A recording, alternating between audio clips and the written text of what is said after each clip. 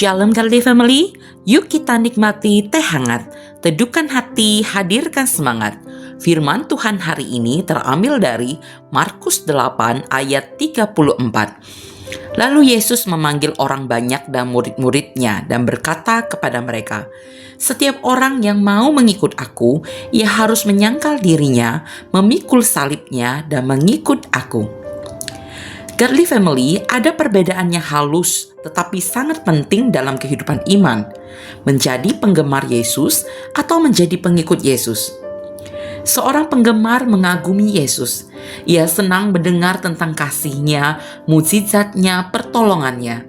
Ia tersentuh oleh pengorbanannya. Tetapi kekaguman belum tentu berarti penyerahan diri. Kagum belum tentu taat.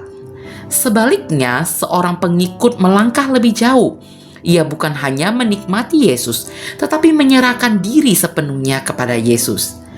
Yesus berkata dengan sangat jelas dalam Markus 8 ayat 34, "Setiap orang yang mau mengikut aku, ia harus menyangkal dirinya, memikul salibnya, dan mengikut aku."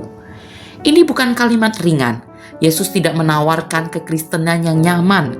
Ia tidak berkata, "Ikutlah aku supaya hidupmu mudah." Ia justru berbicara tentang penyangkalan diri dan salib. Mengapa? Karena Yesus tahu inti masalah manusia bukanlah keadaan hidup, melainkan hati yang masih berpusat pada diri sendiri. Menjadi penggemar itu mudah. Kita bisa kagum tanpa berubah. Kita bisa tersentuh tanpa bertumbuh.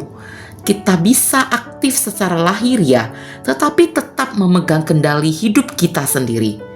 Tetapi menjadi pengikut berarti berkata, "Tuhan, bukan lagi kehendakku, tetapi kehendak-Mu. Bukan lagi hidupku untuk diriku, tetapi untuk Engkau." Panggilan memikul salib bukan pertama-tama tentang penderitaan besar, tetapi tentang kematian ego, kematian si aku dalam diri setiap hari. Kesediaan taat, mengampuni, mengasihi, setia, walau tidak selalu mudah. Namun disinilah Injil menjadi kabar baik yang sejati. Yesus tidak hanya memerintahkan kita memikul salib. Yesus lebih dahulu memikul salib bagi kita. Ia menyangkal dirinya, ia taat sampai mati, ia menanggung hukuman dosa kita. Kita tidak dipanggil untuk berkorban agar diterima Allah.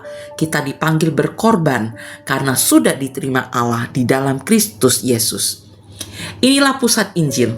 Kita mengikut bukan untuk mendapatkan kasih Tuhan. Kita mengikut karena sudah menerima kasih Tuhan yang luar biasa itu. Salib bukan beban tanpa harapan. Salib adalah jalan yang sudah lebih dahulu dilalui juru selamat kita.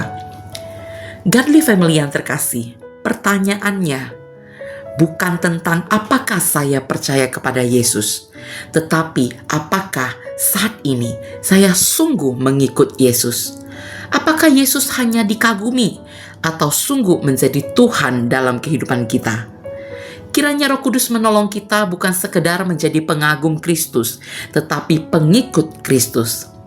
Mari kita berdoa. Tuhan Yesus, lembutkanlah hati kami untuk sungguh mengikut Engkau, bukan sekedar mengagumimu. Tolong kami belajar menyangkal diri dan setia berjalan dalam kehendak-Mu. Pimpin hidup kami setiap hari di dalam kasih dan anugerah-Mu. Amin.